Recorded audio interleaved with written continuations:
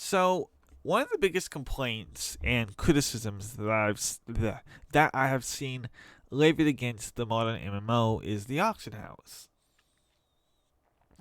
and the arguments are always the auction houses are bad because they're convenient, because they take away from player-to-player interactions, and there is some merit to this. However, there are also flaws in this argument that need addressing, and I have not seen anybody else address. The first issue is that it's convenient, therefore it is bad. Now, if you've played a text-based adventure game like I have, or you're like the old MUDs, which were the ancestor of the MMO, those were all text-based, and they weren't nearly as polished as the games today. As bad as they are, as much as you complain about them, they weren't as polished because you couldn't get as good of a grasp of what was going on as you could now, because it left a lot to be desired in the text. They had to be very conservative with the words that they put in. You can't put in a book length of detail. Heck, even books don't put as much detail as we'd probably like, or as much as we actually get when we see the visuals in MMOs. And that convenience has actually let us play a lot better and a lot easier. However, by the logic that convenient is bad, we should do away with the graphics. And that's not a good argument. That's not going to help MMOs progress forward. No. The issue lies with the fact that auction houses are too convenient. It's hard to tell if this is due to too much or too little polish in the design of MMOs. But either way, it's still a necessary evil due to the second issue. So, the second issue is that players don't really they don't interact with each other as much as they used to, and they don't do so for economic reasons, trading. For the reason why we need to look at Star Wars Galaxies. So, from what I observed from the emulation, or EMU, the majority of transactions occur either on the Galactic Trade Network, which is basically a giant auction house, or through NPC vendors set up by the traders. Players. This is because players don't have the patience nor desire to wait at any given location at all times. And they also don't have the ability to either. After all, people have to use the bathroom, they've got to eat, sleep, a lot of people have to work. So they can't always be there. And if they can't always be there, that means they have business and money being thrown into the trash, because that's business and money lost. So what they do is they automate. And they automate by setting up NPC vendors. So it's a pretty logical way of doing things. And this and the auction house are both logical progressions of how players trade, because of the failings of pure player-to-player trades, where you have to be there. There's no medium that you can use if you're not there. And I have seen people sit and wait, but that was mostly doing bizarre events. And even then, it wasn't a lot of people. Heck, I actually didn't see a lot of people at the bazaar itself. Although I am a little jealous that somebody that sat next to me got a lot more business than I did, but then that probably was my fault. Always salty. Anyways, but I admit that the emulator is not done yet, and so it doesn't have the same numbers as it did in live. So it could be higher. I don't know. If you think let me know, and let me know why down in the comment section. So the main issue here is that people lack patience and the ability to be around all the time. And while this could be negated somewhat by having people set up a time frame which they can be there to trade with somebody, even among the people who would be willing to do player-to-player trades, I don't think a lot of people would actually do it. Again, because they either lack patience or the time. But I think lacking patience would probably be the bigger factor here. A lot of people don't have patience these days. So that is a big issue that we as a community need to figure out how to overcome. And it is because of this that the auction houses were created. Now, that isn't to say that you can't do player-to-player trading. My next video will completely touch on this subject, on why it's still possible, and the pitfalls and upsides of it, as well as a new system of how to actually do a good player-to-player system.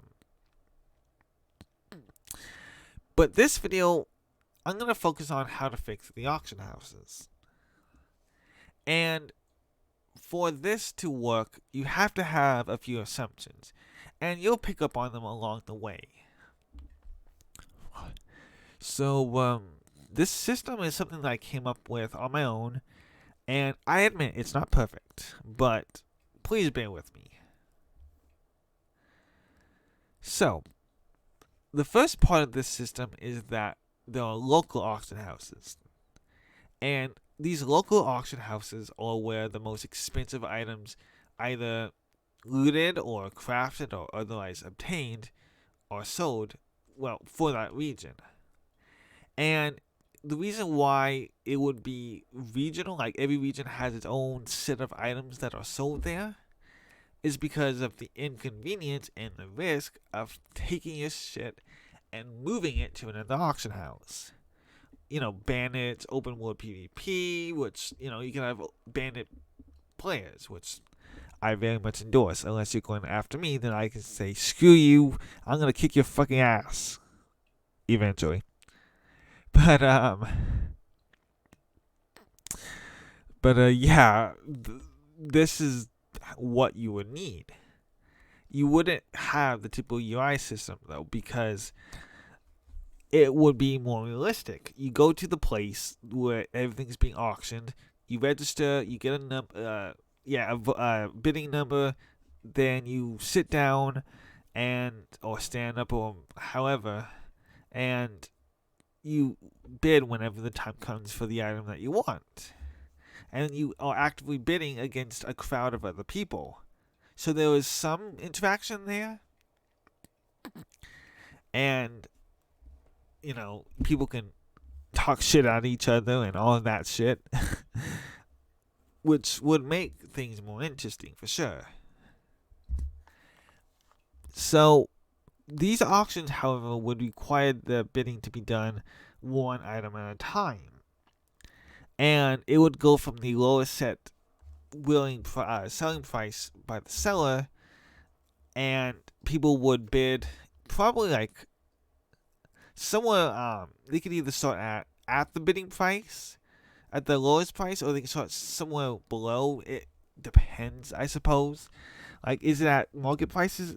Is it being set at market price? Is it being set above market price? Or it could even depend on the auction house itself. But once the item is sold, they move on to the next item. Now, if the price doesn't meet or surpass the lowest selling point, and honestly, these auctions can either go on until they've met the lowest point, or they can just go on until nobody's willing to bid anymore. Again, it can also depend on the auction house or the game. But if it doesn't meet that minimum requirement, then what they can do is the seller, if they're there, they could talk to the person with the highest bidding, and they could either negotiate a price between their lowest and what the person bid, or they could they could just take that highest bid. And if they're not there, then they could have the auction house negotiate something for them. Or, they could just preset it. So, look, if they don't get this, as long as it's pretty close, I'll take it, kind of thing. Or, if you can't be there, but you'd like to be there, you can always set somebody to be there in your place. Which is actually, this is all taken from real world auctions. Real world auctions. Gotta pronounce more. But anyways, so that also gives players more leeway in how they want to conduct these trades. And players are really big on player agency, which, makes sense. You want this kind of agency in how you trade. But that way aside, now if nobody's willing to pay the price that they want, they can just cancel the order. Cancel the auction, and then they move on to the next one, the auctioneer. But if an item does sell, then they take an amount up to about 15% at max from the selling price from the seller. And how much could depend completely on the game, or it could be from auction house to auction house. It really depends on what the developers have in mind. Now,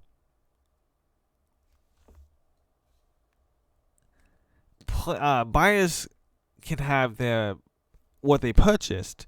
Either they can just take it then and there from the auctioneers, or they can have it delivered to their house or warehouse for a small fee.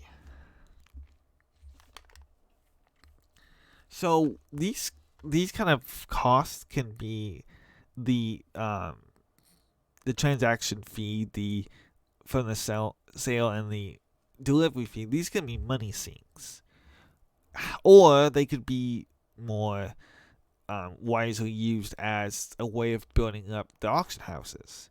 What I mean is, instead of the money just disappearing into the void, this money could, sit in a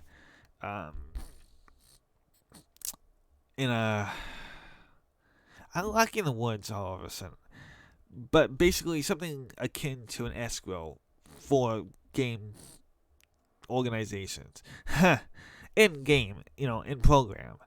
But basically they would keep the money, and then over time they could use that money to make their operation bigger and better. So maybe at the beginning they have one auctioneer, but over time they can get two auctioneers, which means they can have two auction sessions going at a time, and that means that more items can be auctioned off at a time.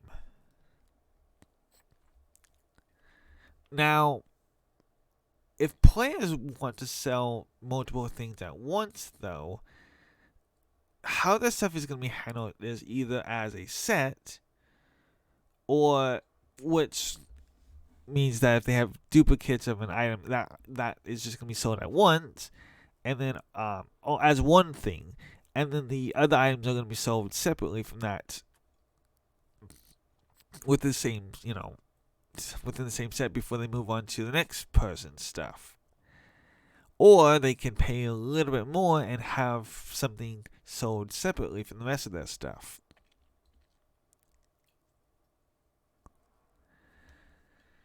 So, with all of this, and a lot of the possibilities that they have, auction houses aren't bad. I think it takes to make them good just some creativity and drawing from the real world. And that's exactly what I've done. Albeit a little cringy, in a bit of a cringy way, because I'm not that good at these videos yet. But, yeah. Hopefully you've enjoyed this video, and it's made you look at auction houses a bit better, a bit differently. So, yeah. This is pretty much where I leave off. I couldn't think of anything else. And I've pretty much gone through everything pretty thoroughly on what I could think of. I think I actually added something twice by accident too. But anyways, yeah, if you like this video, then subscribe. Well, if you really like this video or like me, subscribe. Oh, sorry about that. I forgot to turn my phone off. But anyways, if you like this video, hit like. Hit like. If you disliked it, hit dislike. If you really liked it or me, subscribe. And join my Discord, which will be in the description. That way you can always know when a video goes up. Or follow me on Twitter. Again, my handle will be up down there in the description. But yeah, if you do none of those things, at least leave me a comment. Tell me, did you like the video? Did you have any feedback for me? Whether it's how I handle this video, or whether you have feedback on the suggestions, or how I presented why they're not bad but poorly implemented, or just anything. You can say first and I'll be okay with it. I'll like it. But anyways, thank you for watching, and hopefully you come back again. Bye.